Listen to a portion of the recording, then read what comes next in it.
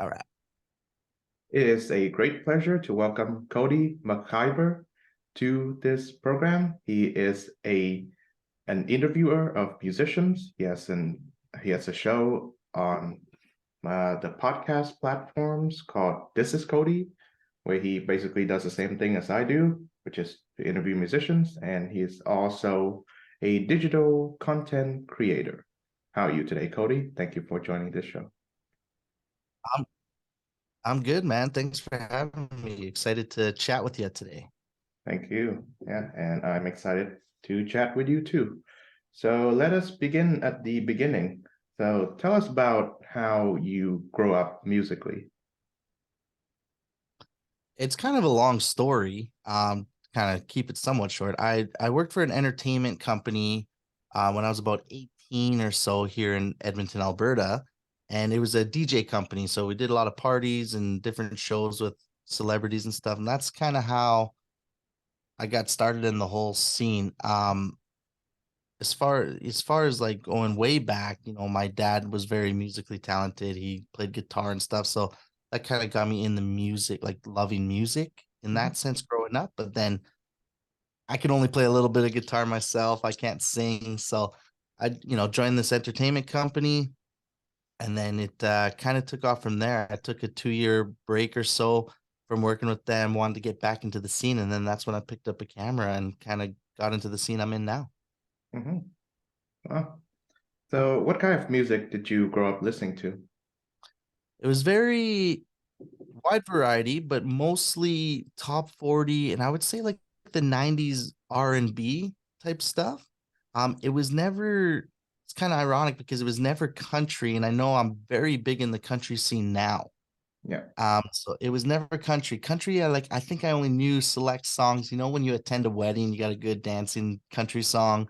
It was kind of basically that. And then as I got into this country scene and introduced, they were so welcoming, and I just fell in love with it. And now, obviously, a big country fan, of course. Great. Yeah. So I was introduced to the country scene at where you're from, Alberta, through one of your interviewees, Martina Dawn. The interview should be up soon. I'll let you know when that happens. Great singer, great performer, and you had a great chat with her, which I really enjoy. And yeah, before Martina, Don, and I conversed, I did not pay much attention to country music, but now having talked to her and known many of her, uh, I guess, peers in the country music scene, especially her mom, Kim Simon, yeah, I'm basically face first in the country music genre now. Yeah. So yeah, that leads me to my next question. What is your favorite country music tunes and artists and albums? Ooh, the song. That's a good question. I would say my top three artists right now are Kane Brown, Thomas Rhett, and I've been really loving this Cameron Marlowe. I don't know if you've ever heard of him. No, I have not. Yeah, you should check him out. He's rising. I know. I believe he got no song on TikTok. I could be wrong, but yeah, he's just rising super quickly, and his stuff is great. You should definitely check him out. But I've been really loving his stuff so far lately. As far Mhm. as like certain tunes, it's so hard to say. I don't know. There's so many. It's kind of, I don't know. I can't really choose just one. Gotcha. So tell me about that first gig that you got as an entry into the music industry when you were 18 of years of age. It was kind of like I reached out to these guys. So these guys used to come around to like our schools and stuff like that and promote these parties, like high school parties and Mm. other stuff. And then obviously I was turning 18, so I was able to kind of attend the nightclub parties that were here because we're of age and stuff.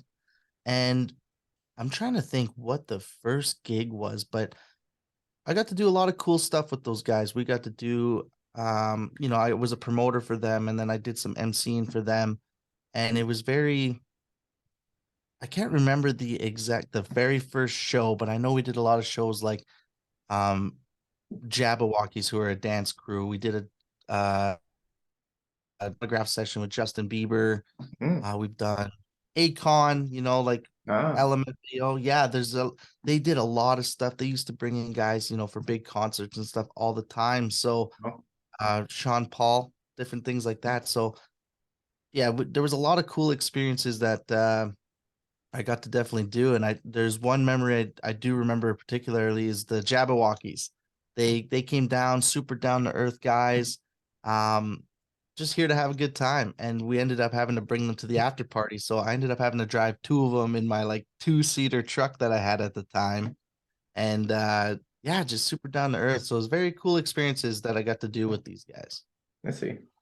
You know, ever since starting this show, I believe this is the first time that I've actually talked to someone who works behind the scene in the music business. As in, I've always talked to musicians, of course, but I don't think I can ever be a professional musician, mainly because I don't see myself as musically gifted as them, at least, and I don't have the energy or the dedication to pursue what they're doing, at least for a long time.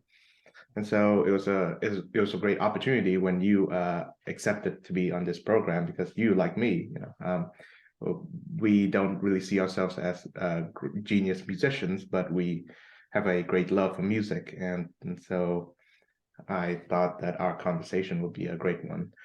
So yeah, why did you sign on to be a behind the scenes figure for all these musicians?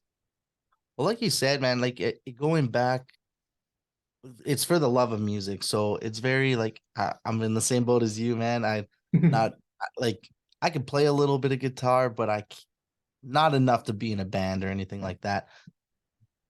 Do I love to sing? Of course, but only in the Mhm. shower. You know what I mean?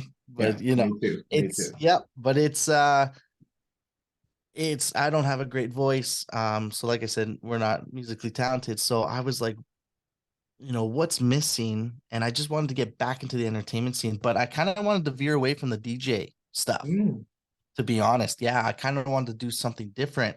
I just felt like the DJ world out here was slowly, I don't want to say going downhill, but it just was becoming irrelevant for even myself.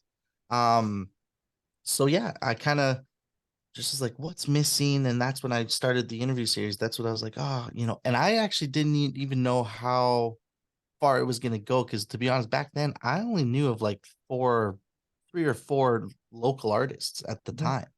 And then they're the ones who kind of introduced me to this whole world of artists. So to be the behind the scenes guy, that's something I feel like was missing. And I wanted to showcase a lot of the behind the scenes. Now, it gets tough with the behind the scenes sometimes because it's the artist's safe space. That's their safe spot, at the show. So you want to, have them have their privacy. You don't want to show too much online, but I want to show enough though Mhm. that people can kind of see it because there's so many people out in this world that do not get to see that. And they never get the opportunity. Like we have this access that a lot of people don't. So it's something that I just kind of wanted to showcase a little bit more online. Right. I know that there's this show called Behind the Music on VH1, right? I believe that's what you're trying to emulate. Yeah, something like that. Yeah. Hmm. Right. So I wonder, as a promoter of musicians, I'm guessing your job entails connecting musicians to venues and I guess have them perform on stage on time. I believe that's the case. So, with that description in mind, what are some of the greatest challenges that you've had in doing what you do? I actually don't I actually not like I'm not personally in charge of making sure like they're on stage and stuff like that. It's more like the artist will hire me mainly to kind of do their video content and that kind of stuff. And then obviously the interviews I'm doing exactly what you're doing right now. But I would say the biggest challenge is hard to say. I hate saying like when people say no, obviously that's probably one of the biggest challenges, but I'm one of those guys I don't take no for an answer. It's I will always I take it as a not right now, but I would say that that's the biggest challenge, because then you just know, like, what do I got to fix? What do I got to work on? What do I got to do to get that interview or get that artist to hire me for content or whatever it may be, kind of working on that, seem to get that artist or get that interview kind of thing. So I would say that's probably the biggest challenge so far. Mhm. Yeah. So let's dive into our mutual profession, which is interview musicians, asking them silly questions and hope that they would have meaningful answers to them. So when did you first start the show that would become This Is Cody interviews? I think I started it back in 2018, if I remember correctly. Mhm. Yeah. So mine starts in 2019, and that before that it was a radio show based in Peterborough, Ontario. And this is a fun question to ask. Have you ever mustered enough courage to listen to the first ever interview you've done with a musician? Sorry, yeah. Good question. I have not. I'm trying to think. I've looked back on a few. I know, like, I've had some friends of mine kind of like pop them up on the screen while we're doing something. But I've never personally like sat there and watched it and listened to it. There's an odd thing about me that I hate hearing myself, if that's Mhm, weird. Like, it's when I listen to myself online, I'm like, oh geez, kind of thing. Um, but I don't think I've actually sat down and listened to the first one. I know my first interview was with this artist, Josh Sahunta. You should look mhm, him up. Um, yeah, he was my very first one. He's the guy who said yes, and then it kind of snowballed from there. People saw what it looked like, etc., and then mhm, kind of gained the interest of certain artists, right? So, um, but I have not watched that one. I know other ones have brought it up, like Haley Benedict is another one. She kind of like what's it called? She was, I think, my fourth interview or something. She's actually the one who introduced me to this whole country scene. mm. Yeah. Well, so my first interviewee was actually a band from Edmonton. Awesome. Um, they are a funk group called Carter and the Capitals. I recently had the lead singer on my show again after a 3-year reunion to talk about his love for funk music and uh, future and present releases of the band. Um, it was on radio, and I believe I got the recording of it somewhere, but other than that, I don't think it's available to the public any longer. But I will muster up enough courage to actually go back and listen to it. But the thing is, I share your, I guess, disdain for listening to my own voice. Um, but nevertheless, as part of practice and as a as a method I use to, I guess, improve my own interviewing skills, I would find myself listening to previous episodes. And there are some moments that I do cringe at, but they are, a teachable or learnable moment where I think, Absolutely. there are certain questions which I could put in a better way, or there different questions which I should have asked and all that. Yeah. So I wonder if you share these observations that I do. Is there absolutely there's actually something that I always noticed that I said, and I even noticed it in person, but I just couldn't help but say it. I would always say awesome after almost every question was answered. I'd be like, awesome. Okay. So, and you'd go into the next question, and it's something that me and my friends would pick up on. It'd be kind of something funny. But I have a question for you Yeah. on this topic. Mhm. Is there a question that you've ever asked an artist that you regret, or you wish you went a different route on, like, kind of question, like, laid it out differently for them? Hmm. Yeah, that's a really good one. I think there are certain questions about their region where they perform, and I think, and also I may have asked them a bit out their depth regarding their knowledge of music, because there are certain artists who only play in a certain genre of music, but Right. I veered out that, and I guess that didn't yield too much of a great answer. And I think other times I may have delved into too personal territories, and they may, they will be polite and give you answers, but their answers may not be as good or great as I anticipated them to be. So I Right. wonder if that is something that has happened to you before. It is. There's actually one particular one. That's why I asked. There's I interviewed Spencer Crandall Mm, was the artist, guy on TikTok, and I asked him a question. What was the question? I think it was if there was a song on his album that he would never want to perform again, if he had to choose, which one would it be? Now, the only reason I asked that it was because I know there's a lot of artists out there who have a big, bank of songs and stuff like that that they keep there. And sometimes to finish an album, let's say they're stuck, they might just pull one of those songs. It might be their least favorite.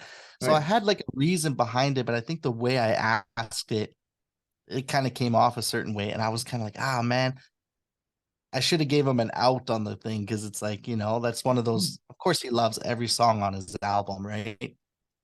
yeah. They're like babies to him. So it's that was one of the one questions I kind of regret in terms of I wish I went a different way about it or asked it a different way. So I was curious if you had one of those situations as well.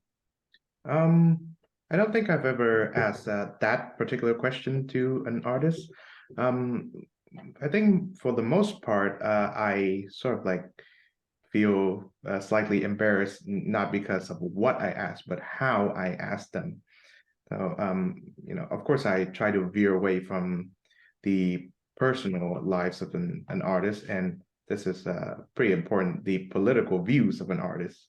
I try to just Yeah. stick to the music. And but there are certain times when, the way I put the question, it can come off as probing into their personal lives or their political views, and that is not the desired results that I want. Right. Fair enough. Yeah, absolutely. Mhm. So, how do you research an artist before you agree to promote them or to invite them on to an interview? Well, I used to go, so I like to go to a lot of shows. So when I first started, that was one thing I did a lot. I would always like to see them perform, that kind of stuff. Obviously, I look up their website, their social media, kind of see all the things that they have going on, and then that's when I started doing my research on things to find out and things to ask them. There might be something in their bio that they have that we can touch base on. I had a few like people who have been on American Idol or Canadian Idol, that kind of Mhm, stuff. So it's like that's something you could touch base on because now going back to behind the scenes, I always like to ask them the question, what are moments that are backstage that the cameras don't get that you can share? Is there a memory that they have? That kind of stuff, right? mhm, So it's that's the stuff I enjoy because the behind the scenes stuff because that stuff interests me. Like because I know American Idol, Canadian Idol, it's one of those, it's TV. So it's designed to be a certain way and they may get you to say something a certain way yeah, yeah. because it's television. So I'm always curious on, okay, when the cameras aren't rolling or if they don't catch you doing something, what is something that's happened that no one has seen kind of thing. Mhm, Um, so yeah, like so I just it's more their biography. If I know people that know them, sometimes I may reach out and go, hey, is there something give me some good details on this person? Because you never know. You might get something that will shock them later on they'll be like, how do you know that kind of thing? mhm, Right. So yeah, those are kind of the ways. It's more just mostly online though. It's I'll look up their social media, I'll see what shows they've got coming up. I'll see like I said, details in the biography, things like that. Yeah. mhm. Yeah. Now that you mentioned the part where you surprise an artist by saying, "Hey, I know this fact about you that not many people do." It reminds me a lot of the legendary Nardwuar, the human Soviet from Vancouver, British Columbia. Yep. Yep. His real name is much more boring, John Ruskin, but he is the master at uncovering things about an artist that not many people, and I think even the artists themselves, do not know about themselves.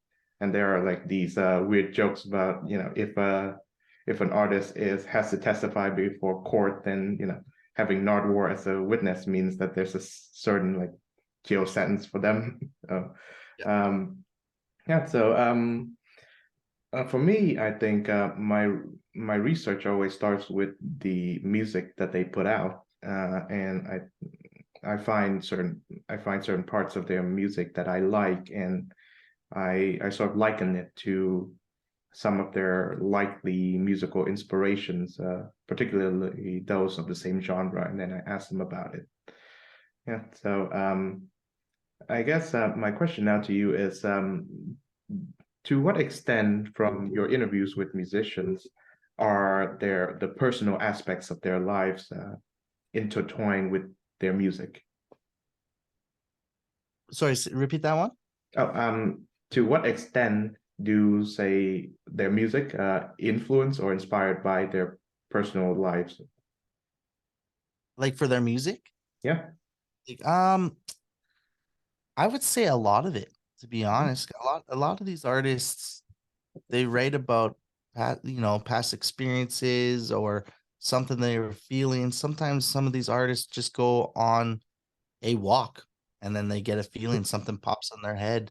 Um, that's something because I ask that same question to artists all the time, where do you get your inspiration from? Where do you get this? I mean, you get a lot of people who write about breakups. You get a lot of people who write about drinking beer because that's what they do. Um, so I would say a lot of the songwriting for the artists I deal with definitely come from their personal experiences for sure. Mhm. Yeah. So about your show, This is Cody. I know that the last one so far that you did was with Martina, and you've been a bit quiet on that front for a while. So tell me about the status of This is Cody. I plan to bring it back, man. It's I got a certain format that I'd like to kind of bring forward next, especially the way social media is these days. So I took a break from it for a few months just because I got so busy with the video work and stuff that it was just becoming a lot at the Mhm. time.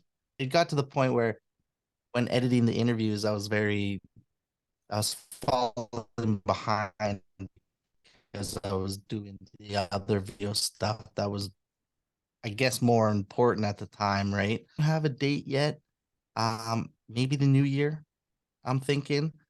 Um, I'm just trying to figure out a new format. Do I want to continue online, which is probably the easiest case? Um, but there's something about doing it in person that I really want to do, even if I've got to fly out to certain locations, if it's easy to get to and obviously cheap to get to.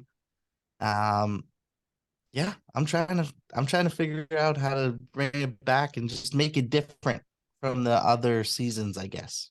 Mhm. Yeah. So before moving into Vienna, Austria, I was in Hanoi, Vietnam.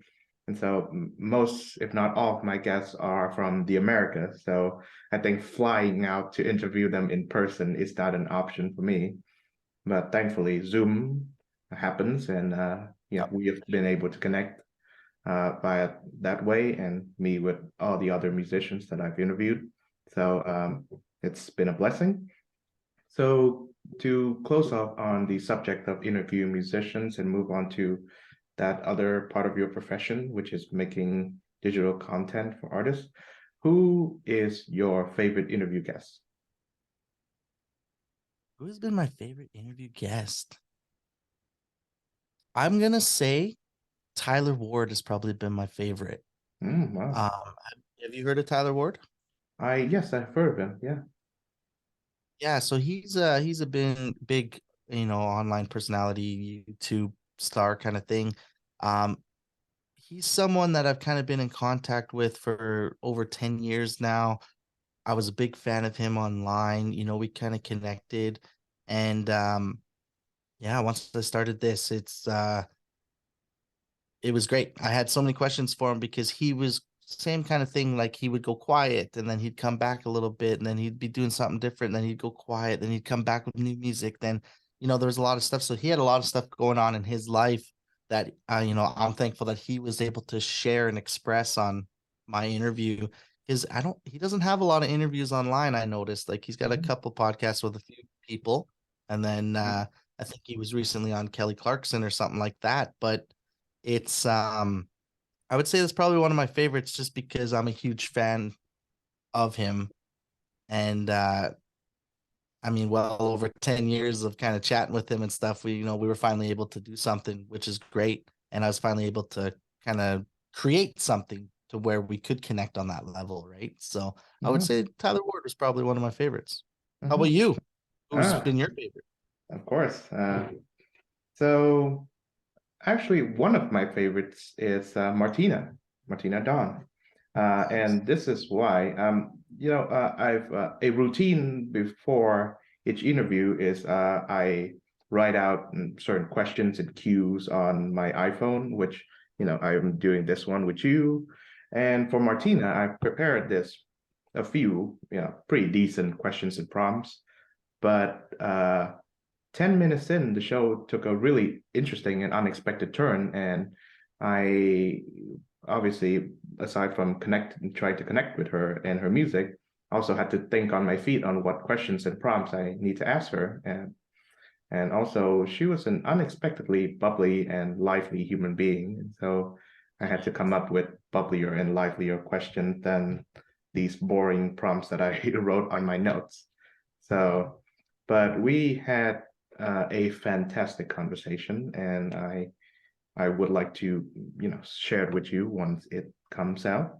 So there we go, Absolutely. Martina Yeah. Dawn, one of Send my it over. favorite guests. So Awesome. Martina. She's doing it. yeah, you know.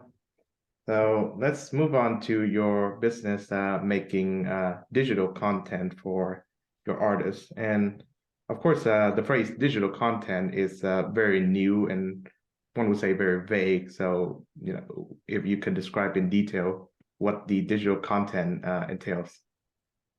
Yeah, it's kind of like so digital content.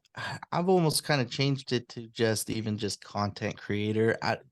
Like you say, it's one of those things, but I do a lot of I do music videos, Right? Yeah. recap videos, and recap videos is kind of like a highlight video of their show, which Mm, just showcases a fun 1 minute thing, or even if it's 2 minutes at most, but it's like a 1 minute video of them, on stage, their highlights. It's high energy.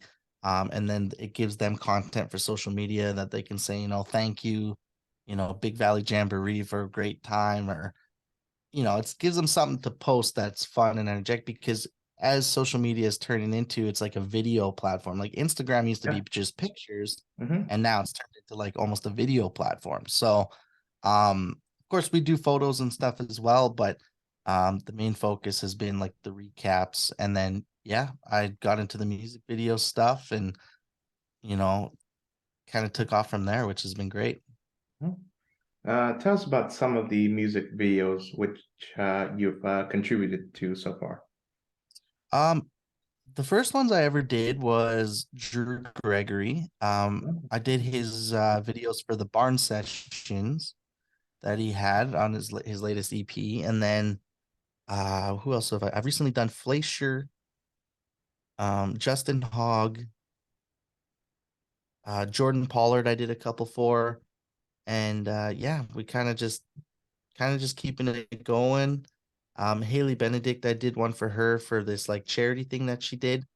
Um, so she called that one Level Up, and she raised it. I think it was like $10,000 or something for this charity. With that, so it was great to be a part of that as well. So I think those are the music videos I've so far kind of created, and yeah, it's been great. Kind of I'm keeping her going. Mhm. So are these artists you're referring to, are they from within Alberta or across Canada?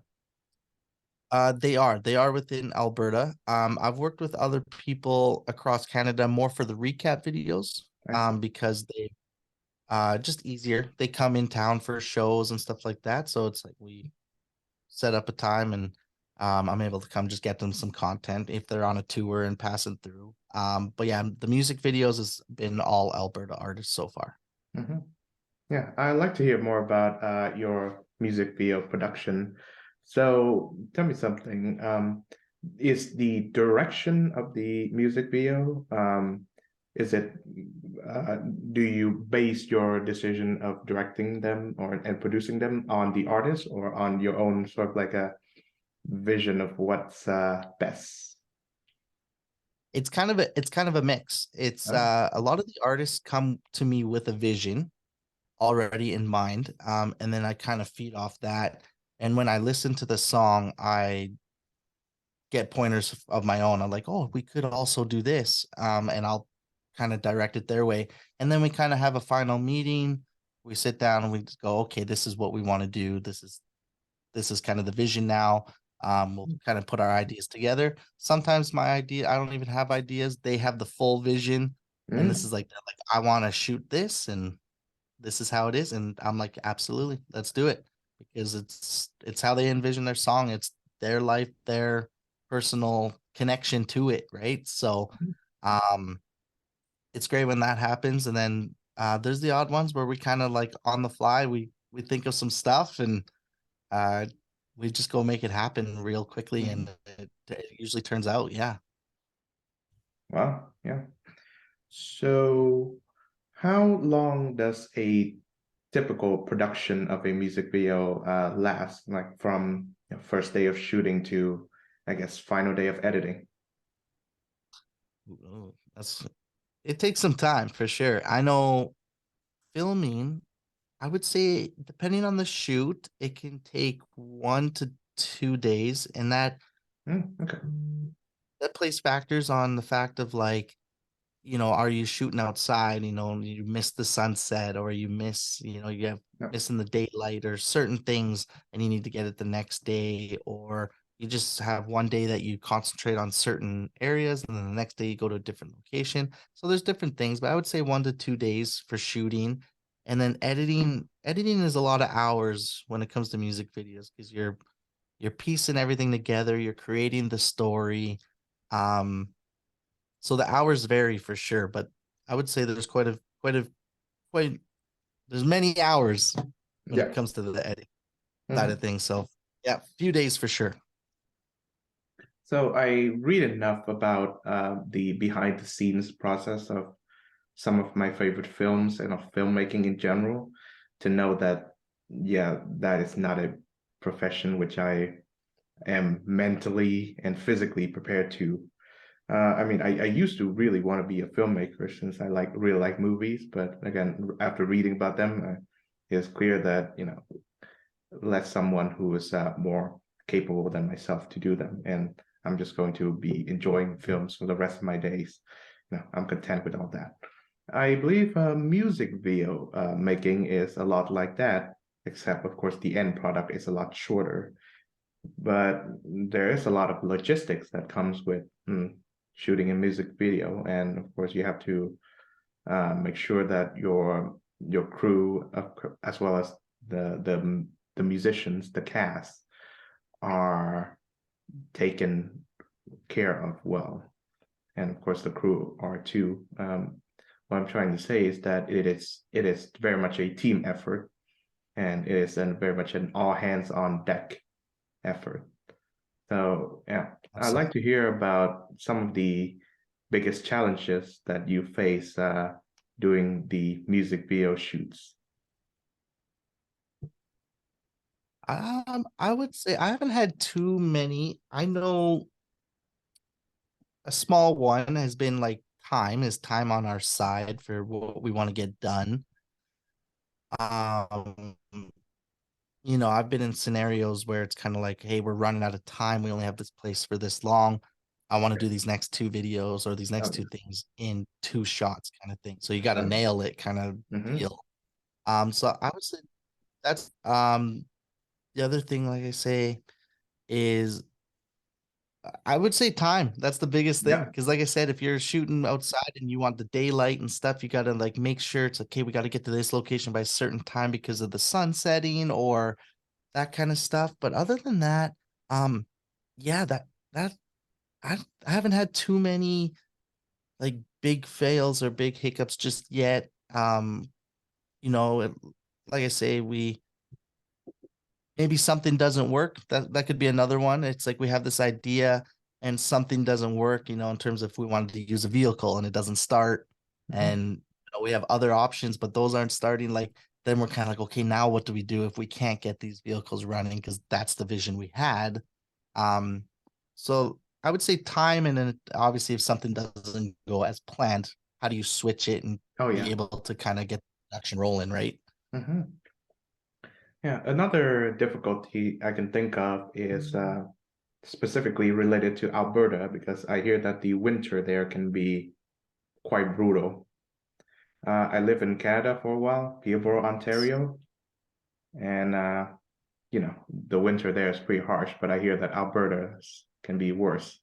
So if you want to shoot outdoors, then there are at least 6 months where that is unavailable to you.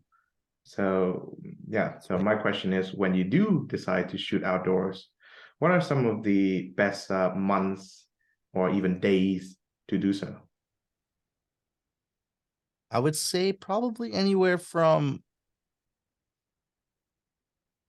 beginning of May, maybe even end of April, beginning of May for sure, all the way until October. I would say you can still shoot outside, and then by the end of October is usually when it starts to snow. Yeah. Um, so I would say those are the months that would be the best outside. Now, you do have some people who are crazy enough that are outdoors people and might want to shoot outside, but it might be something small like a campfire Mm, type video. Um, we just gotta obviously look at the equipment side of things and make sure like, we're not gonna have anything in the snow or gonna get wrecked that way. But there are some people who are willing to do that, especially if it's a nice day. We'll look at the weather, make sure it's not gonna be snowing and -40, obviously, because that would mhm, never happen. But yeah, I would say for sure. May till October, I would say would be the best times. mhm. So my next question is somewhat similar to the one I asked you previously about your Finnish music interviews. So when you do watch a music video that you've helped created, what goes through your head? Man, what like when it's completely done? Yeah, like when it's ready to be published on the internet or something. What goes through my mind? It's a good question. It's I don't know, but it's one of those things, it's like the best feeling. And that's why I got into the video side of things because taking all that footage and all that raw stuff that we did and creating this story or creating this visual of something, it's just the best feeling once it's done and out there and you see people are liking it. It's just I created that. That's amazing. So it's kind of like, I don't know. It's just the best feeling that I get. Just being able to create something from that, because there's some people who can't do that, and there's a lot of people who can, obviously, right? But uh, yeah, I, I can't really say what goes through my mind. I know it's a really, the energy's in the video and you can feel it and the story's there. Yeah, it's just a very good feeling. I'd say. Mhm. I do hear from people who are professional filmmakers and legendary directors who say that they cannot bear to watch a finished product of a film that they made because their self-criticism instinct kicks in, and then they have to go through every minute thinking that, oh, is this something I could have done differently, or there's something that went on wrongly during that day of shooting, and then we had to do this. But I prefer to do this instead. And imagine having all of that going on in your head for at least 90 minutes. I believe that's why Right. Woody Allen, my favorite filmmaker, he never watches his finished movies and he never provides DVD commentary on them. So there's that. And I certainly am glad that you do not have the same afflictions as Mr. Allen, and you are very much proud of the work that you've created. So I would like to move Yeah, and on. don't get me Yeah. wrong, there are situations that do happen to where you do maybe, isn't up to par. Like recently, I recently did a video that I was at a club with an artist and the lighting wasn't the best. Yeah. So it was very one of those when I did the video, it was kind of like, it's a little dark, it's this, it's something you're not 100% fully proud of. I love the video itself, but in terms of like the lighting and stuff, you do sit there and you're like, I really wish the lighting was better. And we tried on the lighting, but they couldn't switch a certain thing, so we had to kind of deal with it. But yeah, you do get those moments where I wish we could have done this, or you kind of see this, and then maybe they see this, and you definitely, I want them to be happy at the end of the day. I will do what they want. It's their vision as well. So yeah, it's you do get those moments, but I'll always watch a finished product due to the fact of editing sake, I'll watch it to make sure there's no hiccups in between, there's no anything, just to make sure, and then I send off the final product.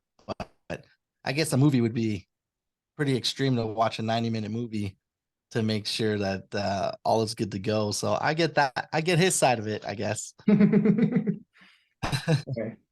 So I'd like to move on to, I guess, your experience as well as your work in the music industry, because given what you've shared with us so far, I think you can officially and certifiably be a music industry insider. And I believe part of being someone of your position is to keep the artists satisfied or happy. And of course, the music industry has always taken a bad rep due to the immense dissatisfaction that its artists profess.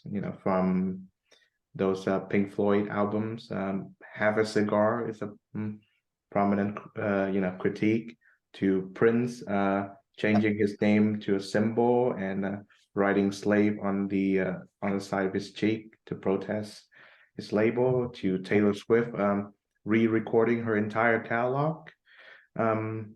So there have been immense dissatisfaction from musicians to the music industry. So I wonder, as an insider, are these criticisms or protests coming from a valid or understandable position?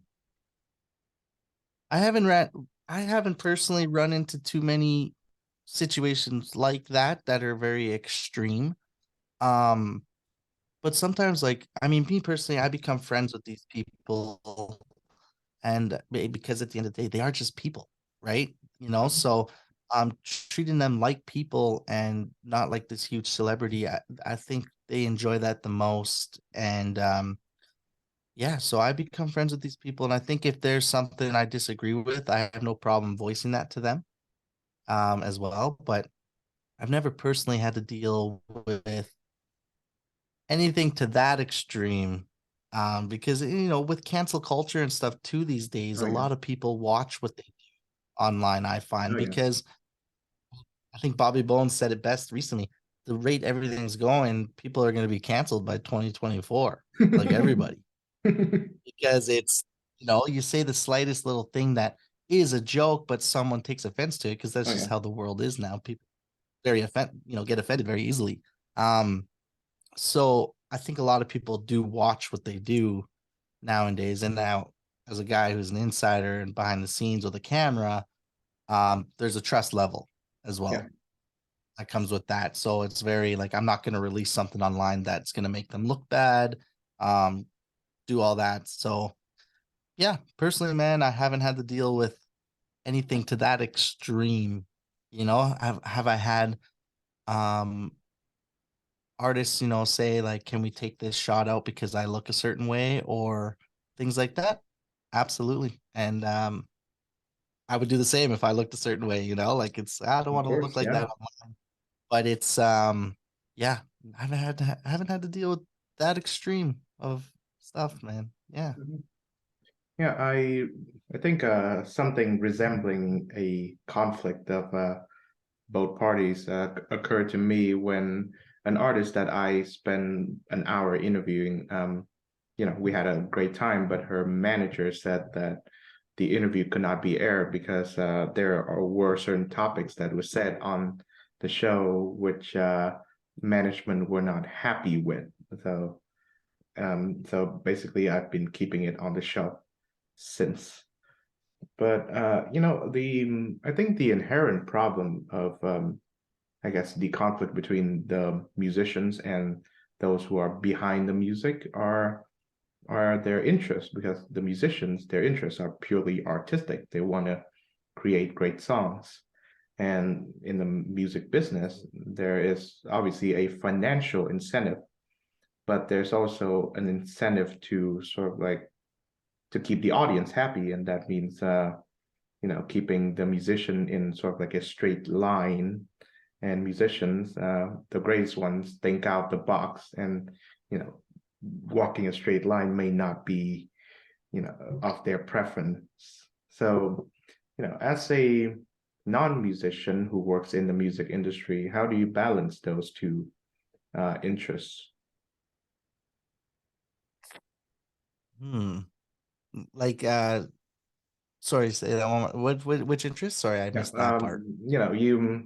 you try to, I guess, indulge or at least create some leeway for the creator, for the creative artist to be creative, but at the same time, you have to sort of kind of put your feet down and say, there are certain things that we got to do and certain deadlines that we got to adhere to and all that, Yeah.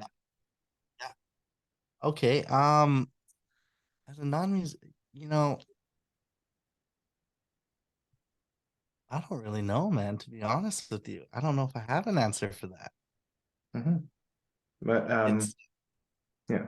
But in your experience, interacting with musicians, I guess do you sense a conflict going on, or you guys are pretty harmonious on what each other's his respective aims and objectives are?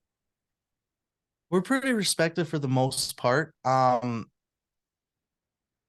We, you know, do I run into some conflicts with people? Absolutely. And I think that's the music industry itself that just happens. And as you get also to a higher level, like you say, like dealing with labels, for example, like they're very protective, like going back to Oh yeah. the manager not allowing, very protective of their artist, and I 100% get it. So it's kind of like, yeah, it's one of those things, like it's very, are there conflict on certain things? Absolutely. And that just comes with it because they're being protective at the end of the day. They may not understand why you did something, um, or whatever, but yeah, I would say there's always conflict in this industry, I find. Um, yeah, man. I don't know. Hmm. Hopefully that answers your question. Yeah. But it does bring me to the our mutual profession, which is interviewing musicians. So, in your experience, either independent or artist with label, what are some of the things that you are not to ask an artist at all? Yeah, what are some of the topics that you shouldn't broach, I guess? That's a good question. I try to be very wide with the question. Well, if I can, I know a lot. I in my series, I sometimes ask the same questions to each artist because they'll always have a different answer. Yeah. And then that kind of brings up other questions as well. But as far as not asking them certain questions, um, I don't know. There's a fine line sometimes. Like I say with the backstage stuff, that's their safe zone, but of course we want to know certain things. So I would say like if you're gonna ask something about even something personal, like Mhm. for example, like Tyler Ward, he was very open about I don't know, personal life is hard sometimes, and artists do Yeah. want to express themselves online with their personal life, and because it's in their music and that kind of stuff. But sometimes things are super personal, and of course they have their own lives outside of the music business. But someone like Tyler Ward, like he expressed, like he thought of suicide, like self-harm. Yeah. Yeah. He thought of that kind of stuff, and he was able to share it. But I remember I was like, hey man, like, why did you take a break? If you don't want to talk about it, you don't have to, because there was something there and I didn't want to pressure him. But I don't know if there's something that I wouldn't particularly ask. I think it's how you ask it is the Oh big yeah. thing. Yeah, because then it either gives them an out, or it gives them, they can answer it a certain way to where they're not saying too much that they're not supposed to. Mhm. Um, but us as interviewees, or interviewers, I should say, it's very, um, we want the juice. We want to ask Oh these yeah. big questions because that's what's gonna, get people going, oh, he asked that question. I wonder what they're gonna say. Um, so I don't really have a particular answer that I wouldn't, or a particular question that I wouldn't ask. It would just be very, it's just very wide, I would guess. Like it just, like I say, so I would say it's just how you ask it is the best part. Mhm. Yeah. Yeah. So to share my experience, I've interviewed at least one musician, one in particular, in America who was canceled recently for his political views, and I think he was willing at the time. I've proposed that we can discuss his politics, and at the time, and it was probably an hour in, and I broached him about the topic, and he was more than willing to answer it. But the problem is, he was way too willing to answer it, more too willing to answer it, and he get into a bit too much details about where he stands on a variety of issues, and I had to bring it back to, I guess, music land. Um, so that can be an issue.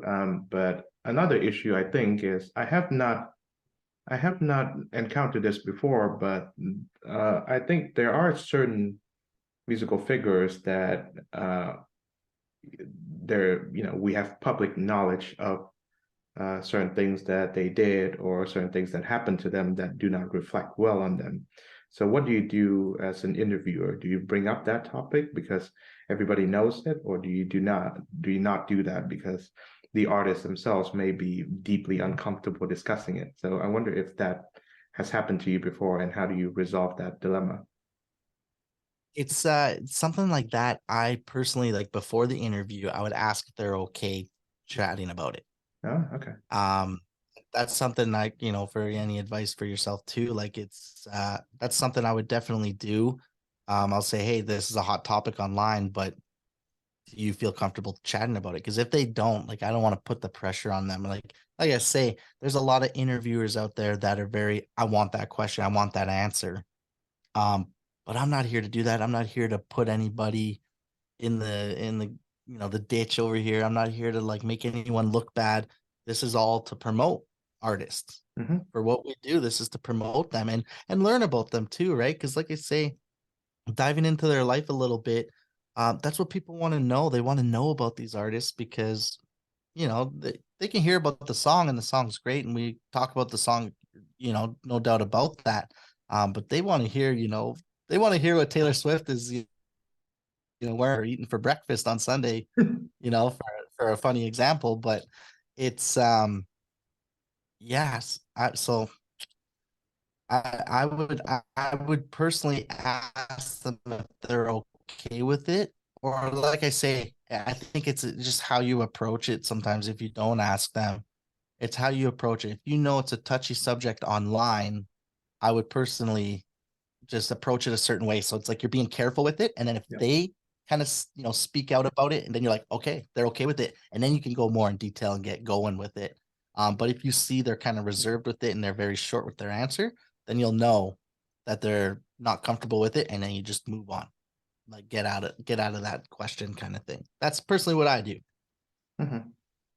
I think as you were giving your answer, one of the examples I can think of is the legendary musician Nick Cave of the band Nick Cave and the Bad Seeds.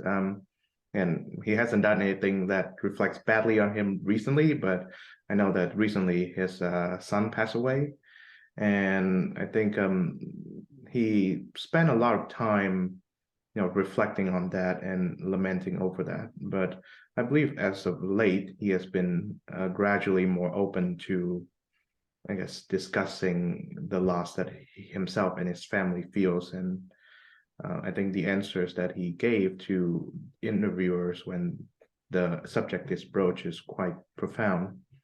Um, so with that said, I would like to end our interview, which I enjoy very thoroughly, by asking you as a, I guess, middleman of music, as a music industry insider, what does music mean to you? Man, that's a good question. What does music mean to me? I don't know if I have an exact answer what it means. It's for me, it's something that it fills a spot, and whether it's you're feeling down, you've got music to come to, you've got, um, it just gives you a good feeling that like music is something that for myself is very important in my life.